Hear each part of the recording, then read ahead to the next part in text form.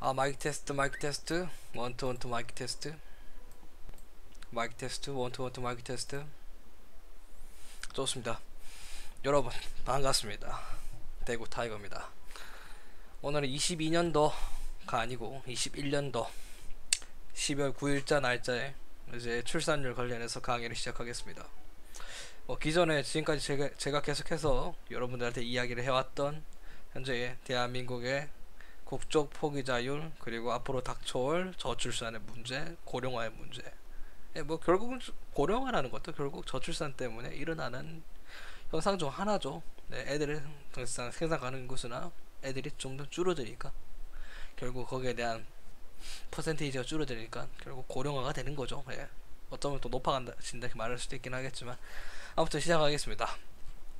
자, 이게 12월 6일 날째 나왔던 글인데 제가 한번 읽어보겠습니다. 이게 다 사진으로 돼 있어가지고요, 드래그는 못합니다. 2018년도 19년도 기준으로 대한민국의 국적 포기율이 엄청나게 높다. 거의 70에서 80명당 1명씩 포기한다. 그리고 그중 98%가 남성이다. 현재 대한민국에서 주로 다른 나라로의 기아를 통하여 국적을 상실하게 되며 매년 2만 명 가량이 국적을 포기하고 있고, 주로 미국과 일본, 캐나다로 기아를 한다. 이는 연간 600에서 800명 가량의 국적 포기자만 발생하는 일본, 대만, 홍콩 등에 비해서는 매우 많은 숫자이다. 이게 2018년도 19년도 기준이 되어 있고 2020년도 기준은 아마 좀 적었을 거예요, 코로나 때문에. 근데 21년도 이제 백신 좀 퍼지고 나서부터 거의 2배 가까이 증가했다는 보고가 있습니다.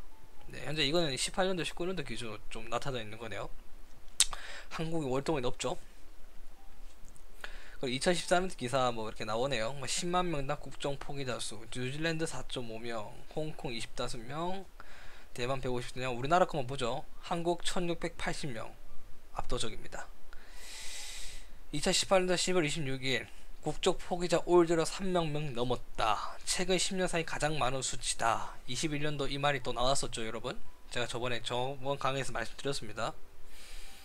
이것도 한번 읽어보세요. 이거는 다 말하려면은 오늘 영상 길어진다. 맨날 비슷한 내용이에요. 이민 등 한국인이 자발적으로 국적을 포기한 경우도 굉장히 많았다. 알려봐도 될 것 같아요. 국정 상실 일탈 통계 현황 어마어마합니다. 사실 이거 합쳐서 보면 돼요. 상실 이탈, 국적 상실 유형별 현황, 외국 국적 취득, 일시 100, 1000만. 이것도 2만 명 넘어 있네. 대단합니다. 결국 비슷한 거라고 보면 되겠죠. 지금 읽어보고 있어요. 저도 봤던 건데, 총계 일시 100, 1000만, 24,791명, 혼임까지 포함해서 이렇게 나오네. 밑에 있는 글 좀 읽고 우리가 한번 이야기를 이어나가겠습니다. 자, 보통 정치인이나 기업인 같은 경우에는 대부분 사업 기반이, 정치 기반이 국내에 있기 때문에 탈조선 같은 건 생각할 수가 없는 게 대부분인데, 한국은 무려 그 재벌들이랑 정치인들 앞장서서 자식들을 건모해 만드는 게 유행이다. 단순 영주권 목적의 이민이 아닌 완전한 국적 포기율, 전지구 통틀어서 그러니까 전세계 통틀어서 한국이 1위다. 한국이 1위다. 야, 이게 2014년도 기사인데도 한국이 1위입니다. 지금도 1위에요. 아마 더 늘었습니다, 지금은. 자, 영주권도 어려운데 타국의 시민권 취득이란 건 정말 아무나 할 수 있는 게 아닙니다. 여기서 제가 부가적인 설명이 들어가겠습니다. 영주권을 따고 거기서 좀 더 합법적으로 이제 일을 하고 세금 꾸준하게 내면 이제 시민권을 터득할 수 있습니다. 영주권보다 더 좋은 게 시민권입니다. 투표권 등에서 할 수 있어요. 영주권은 투표권 행사 할 수는 없습니다. 자, 타국의 시민권 취득이란 건 정말 아무나 할 수 있는 게 아니다. 안정된 경제적 여건과 더불어 해당 국가에서 장기간 거주를 해야 겨우겨우 시민권은 취득 심사를 받을 수 있기 때문이다. 제가 아까 했던 말이랑 똑같은 겁니다. 그만큼 어렵다는 거예요, 시민권 따기가. 자, 이는 나라를 이끌어야 할 1%는 심했고 한 10% 엘리트들이 대거 유출되고 있다는 것이며, 현재 급속도로 늘어난 국적 포기자 수는 과거 이무비 일어난 시기에 정확히 10년 지난 후에 급격하게 늘기 시작했다. 21년도 기준으로 작년도 기준부터 2배 증가했다. 이 말도 뭐 틀린 말은 아니니까. 홈쇼핑에서 이미 상품을 팔던 그 시절, 예, 저도 기억합니다. 옛날에 그 쇼핑몰 있습니다. 이름 언급은 안 할게요. 저도 알고 있으니까. 심지어 국적 포기자 수는 매년 점점 증가 중이며 12년을 시작으로 1위 일본, 2위 미국으로 가는 유학생, 노동자 등 인재 유출이 매우 심각한 현 상황. 5년 이후, 10년 이후에는 해당 국가에서 정착한 사람들에 의해 더더욱 국적 포기율이 늘어날 전망이다. 자, 이 말 제가 부가 설명 들어가겠습니다. 그러니까 지금 그냥 단순히 유학 목적이나 뭐 공부 목적이나 뭐 그밖에 뭐 일적이나 뭐 취업 비자로 한 사람들이 지금 당장은 뭐 시민권을 못 받으니까 물론 영주권을 취득하는 사람들도 있는데 향후 5년 이후에 이 사람들이 영주권을 취득한 상태에서 더 나아 이제 열심히 일하고 꾸준하게 세금 내고하면 시민권을 받게 됩니다.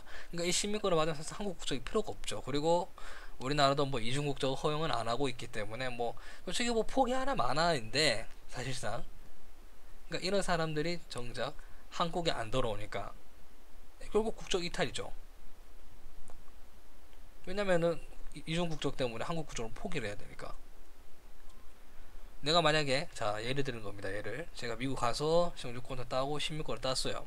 그러면 이제 사실상 나는 이제 미국 사람이 되는 겁니다. 근데 한국에서 이중 국적을 허용을 안 하니까 사실상 뭐 이 사람들 전적한 다음에 한국 국적 포기해버리죠. 차라리 그게 더 나으니까. 그러니까 이런 것 때문에 더더욱 국적 포기율이 늘어날 전망이다 이 말입니다. 한국 등지고 일본으로 떠나는 젊은 의사. 뭐 이거는 뭐 의대 이야기니까 뭐 굳이 나하고 관련은 없는데, 자 한국 사회 최상위 엘리트 의사까지도 탈조선하는 현실. 뭐 이거 말고도 이공계가 더 많죠. 예. 솔직히 뭐 의사는 예전부터 많았었고요. 요즘에는 이공계 쪽으로도 많이 늘어나고 있다. 예, 그렇게 보는 게 맞습니다. 이미 알 사람은 다 알고 나라 버리고 진작에 떠났다. 지금부터라도 해야 된다. 뭐 현재 대한민국에서 가장 인구수 많은 조86 40대 대기업 세대들은 국민연금 수령한 나이 되면 진작에 지금 있는 돈은 다 고갈이 되고 출산율 전망에서 니들 세금 50%씩 떼어가며 살아야 한다. 이렇게 적어 놓으셨네요. 뭐 쉽게 얘기하자면요, 뭐 마지막 부분을 간단하게 얘기하자면 뭐 혜택과 권위는 586 세대와 40대가 즐겨놓고 결국 이제 앞으로 얘네들이 이제 586 세대 40대들이 이제 노인이 되고 얘네들을 부양을 해야 될 젊은 세대들 세금도 굉장히 많아지니까 결국 똥은 지금 2030 세대의 젊은 세대들이 치워야 되는 상황이다.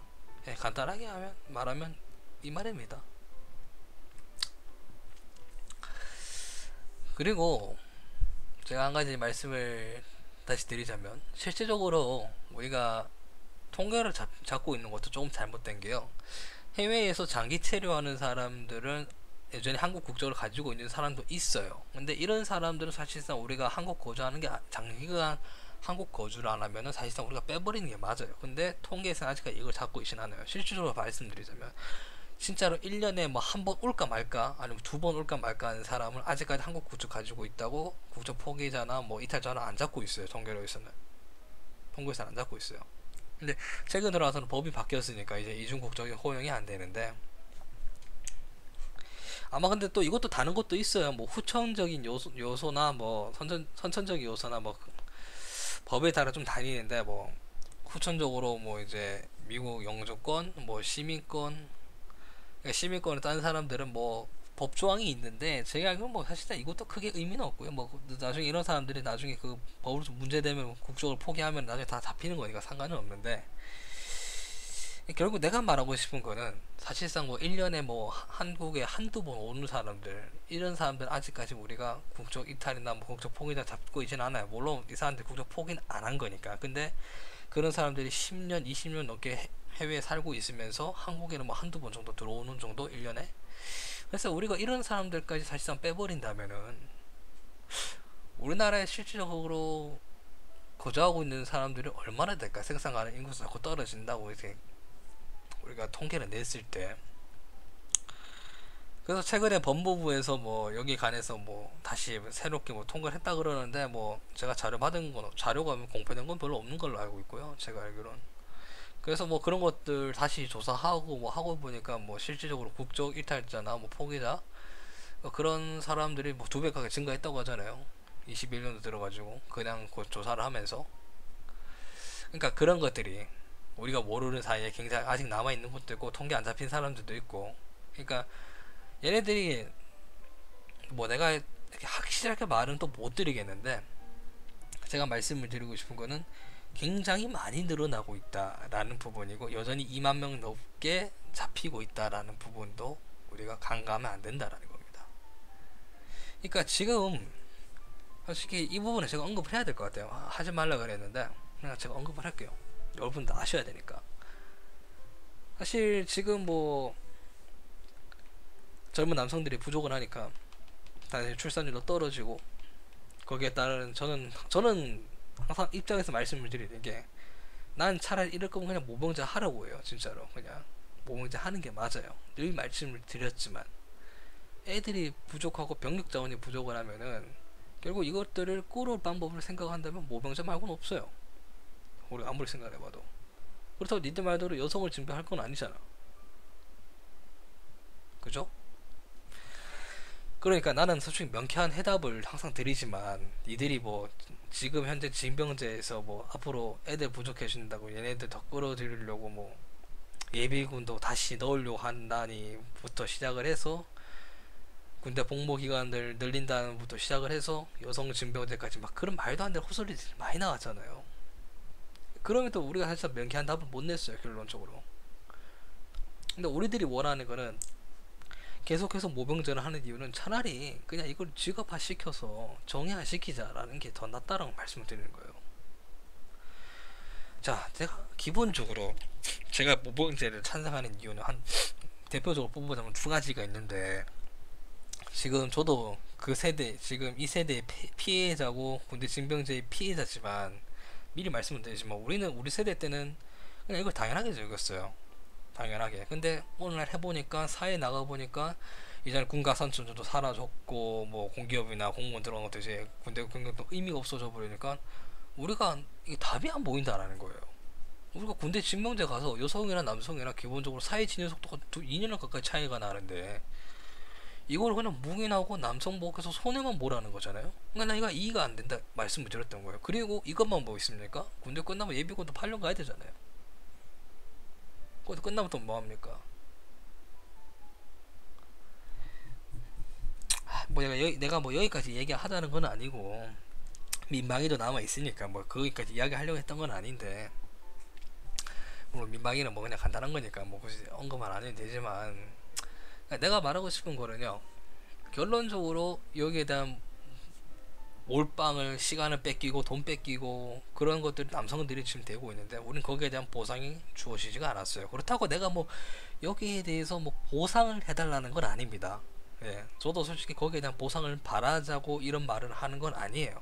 예, 저도 군대를 갔다 왔지만 제가 뭐 지금 앞으로 뭐 우리 앞으로 갈 애들을 위해서 모병제를 바꾸는 게 맞고, 그렇다고 내가 그 모병제 바뀌면서 우리 군대 2년 뭐 어떻게든 보상해달라 말은 아닙니다.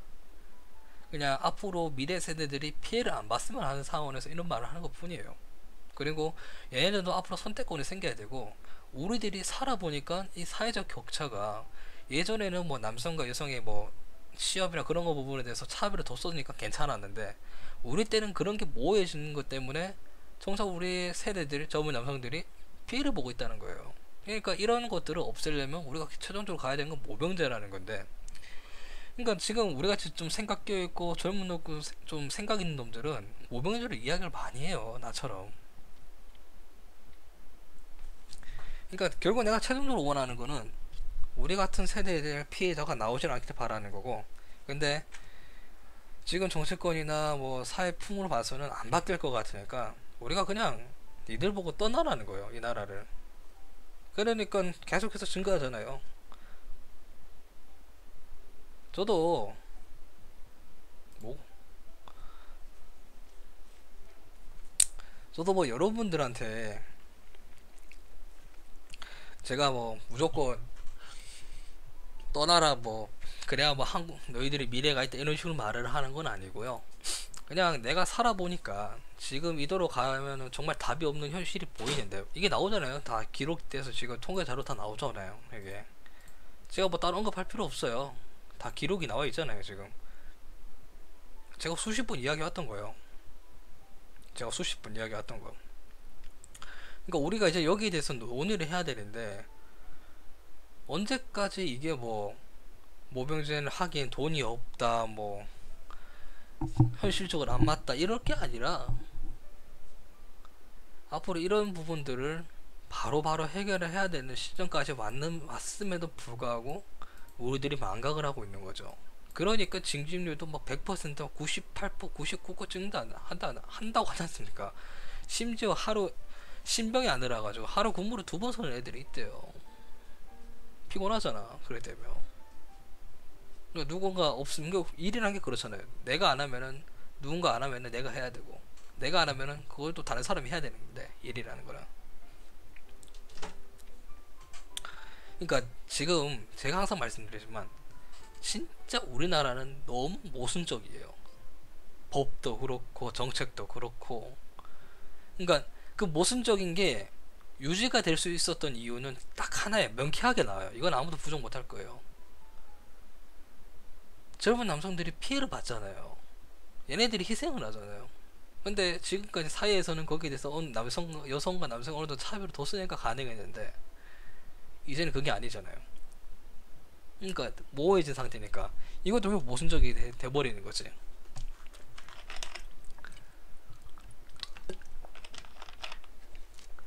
그렇다고 제가 뭐 여기 모순적이 된 거에 대해서 뭐 이게 아니다 뭐 이건 정의가 아니다 이렇게 말씀을 드리는 거 아니에요. 평등과 공정을 강조를 하는 거예요. 그냥 거기에 가는 거 좋다 이거예요. 그러면 거기 스탠트에 맞게 가려면은 결국 여성과 남성의 징병을 똑같이 져야 되는데 그게 지금 몇십 년째 지금 그대로 가잖아요. 남성의 독박 징병으로. 그러니까 이제 우리가 이걸 해결해야 된다는 거예요. 그러니까 하나를 주면 하나를 해결해야 되고 하나를 해결하기 위해서는 우리가 뭔가 하나를 받아야 될 거고 이런 건데 지금 저번 남성들이 뭐 우리가 징병 간 거에 대해서 뭐 보상을 달라 그런 게 아니잖아요. 앞으로 미래 세대들을 위해서 지금 당장이라도 모병제를 시행을 해야 된다 이런 말인 거예요. 그냥 쉽게 풀어서 얘기하자면. 그러니까 말이 제가 여기에 대해서 이야기하면은 쓸데없이 같은 말 여러 번 반복해야 되고 뭐 그 성별들 때문에 또 공격받을까봐 또 이 부분에서 오해가 있으면 안 된다. 공정과 평등을 강조하는 거다. 그러려면은 우리가 모병제로 가야 된다. 근데 왜 지금까지 남자만 징병을 해왔는데 뭐 군가사점도 사라지고 더 이상 남성과 여성의 취업 차이도 없어지지 않았느냐 그런 거예요. 또 여기서 이야기하면 또 여성 할당제가 또 이야기가 들어갈 수 있어요. 그러니까 내가 굳이 깊게 이야기 안 하는 거예요. 근데 여성 할당제를 한 방에 해결할 수 있어요. 왜 3D 업종은 여성 할당제 안 하냐고요. 이 말 한마디면 끝나요. 그러니까 이것도 굉장히 모순적인 거죠. 저도 최근에 와서 서비스업은 많이 해봤지만 진짜 우리나라 근무 환경이나 이런 것들이 굉장히 여초 사회로 많이 되어 있어요. 특히 그래서 제가 웬만하면은 여자 있는 곳은 여자 많은 곳을 피하라 그래요. 남자들한테 일할 때 뭐 그게 뭐 사무직이나 뭐 그런 거면은 상관이 없는데 몸을 써야 되거나 뭐 노동력을 필요하는 곳이 아직 많이 있으니까 만약 그런 데 갔는데 네가 만약에 남자다 그러면 네가 힘들고 더럽고 무거운 거 나르고 해도 네가 다 해야 될 거다라고 이야기를 해요. 왜? 내가 그렇게 살아왔으니까. 그리고 나같이 이렇게 살아온 사람들이 나뿐만이 아니고 대부분이니까 다른 데 가도 마찬가지예요. 무겁고 더럽고 힘들고 그런 거 다 남자한테 시키지. 뭐 간단한 바코드 찍고 뭐 한 진짜 2, 3kg밖에 안 되는 거 그런 거 남자는 한 10kg 막 20kg 되는 거만 하루에 수백 개 막 수천 개씩 날라야 되고 그런 거 진짜 기가 막히잖아요. 그죠?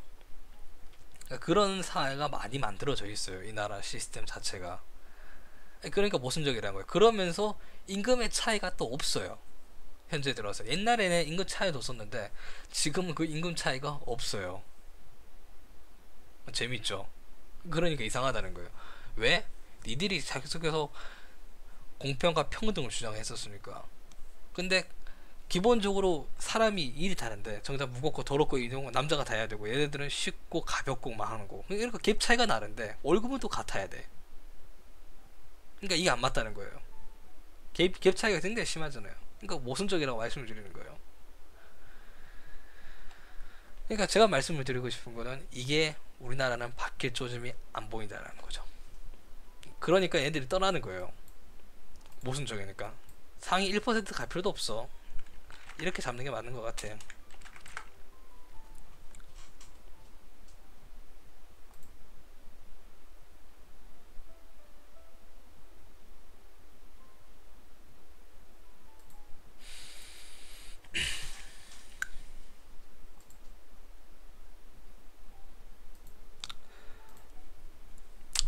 저는 솔직히 말씀드리면은 가능하면 이 나라가 하루라도 빨리 정상적인 개도권까지 올라갔으면 하는 바람이에요. 근데 지금 앞으로 그냥 이 상태로만 그냥 아무것도 바뀌는 거 없이 이대로 2년이 흘러간다. 1, 2년? 그러니까 1년 반 정도에서 2년 정도가 흘러간다 치면은 아마 이 나라는 다시는 되돌릴 수 없는 궤도권까지 올라간 다음에 아마 추락할 일밖에 남진 않았을 거라고 제가 호언장담합니다. 이거는 제가 진짜 장담컨대 100% 그렇게 될 겁니다. 그렇기 때문에 우리가 이번에 대통령을 잘 뽑아야 된다고 말씀을 드리는데 기존에 이재명을 지지해왔으면 계속 말이 바뀌니까 지지 못하겠다는 것 뿐이지. 아무튼 답답해요. 그냥 사실 이번 강의 주제는 그냥 간단하게 뭐 취업 나 한국 국적 포기자는 사람들이 굉장히 많이 늘고 있다, 이 부분을 이야기하려 했었던 거고 거기에 관련된 이야기는 다 했던 것 같아요. 네. 결국에 모든 것들이 최종적으로 도착하는 데스티네이션, 도착 지점은 결국 출산율이에요. 네. 그게 저출산 초고령화가 되는 거죠. 아무튼 그래요. 뭐 이게 성별 갈등을 넘어서 저는 그냥 현재 우리나라의 모든 제도와 정책들을 하나하나씩 아니고 한꺼번에 다 뜯어 고쳐야 된다고 생각합니다. 이 나라는요, 하나하나씩 뜯어 고치기에는 이미 너무 멀리 와버린 것 같아요. 제가 불과 한 1, 2년 전만 해도 하나하나씩 고쳐 나가자 그랬는데 그 하나하나씩 고쳐 나가야 되는 걸 문정부 했어야 되는데 안 했잖아요. 아마 다음 정권을 누가 잡든 간에 정말로 완벽하게 하루라도 최대한 빠르게 못 고친다면 아마 답이 없을 겁니다. 근데 저는 그게 맞다고 봐요. 저는 지금 뭐 실질적으로 뭐 다른 갤러리나 뭐 사이트 들어가 보면은 참 많은 주장들이 오가고 있고 뭐 그 주장들이 틀렸다고 생각하지 않아요. 굉장히 많은 진보적으로 많이 바뀌었고 옛날처럼 그냥 조용히 닥치고 있는 사람들만 있는 것도 아니고 이제는 뭐 보니까 징병 거부하자 뭐 그런 이야기도 많이 들리대요. 실제로 뭐 무병제 갤러리나 뭐 그 밖에 뭐 출산율 갤러리나 뭐 다양한 갤러리 많죠. 예, 그거 말고도 뭐 참 많은 갤러리들이 있는데 미국 정치 사회나 뭐 그런 갤러리 가보면은 가끔씩 글 올려보면은 딱 그런 게 보여요. 그렇다고 제가 뭐 여러분한테 뭐 그런 걸 거부하자 그런 말을 하는 게 아니고 우리가 이제는 갈 때까지 갔다. 실적으로 모병제 뭐 시위까지 애들이 모여가지고 시위까지 이제 하는 상황들이 벌어지고 있는데 그런 기록들이 나오고 있는데 그게 다 증거로 남는 거잖아요. 나중에 이 나라에서 실질적으로 거기에 대한 운동이 일어났다. 단지 기사나 언론사에 이게 공표를 하고 이게 언론 안 될 뿐이지 이거 할당한 것 자체가 증거가 남아 있잖아요. 우리 사회에. 그러니까 우리가 이제 더 이상 무시하고 간과할 수가 없다는 거죠. 저는 이 말을 하고 싶었습니다. 그러니까 앞으로 이 미래를 만들어 나가야 젊은 애들이 지금 앞에 나와가지고 시위를 하고 막 하는 것 자체가 얘네들의 유권자로서의 주장이고 얘네들이 권리를 행사하는 거잖아요.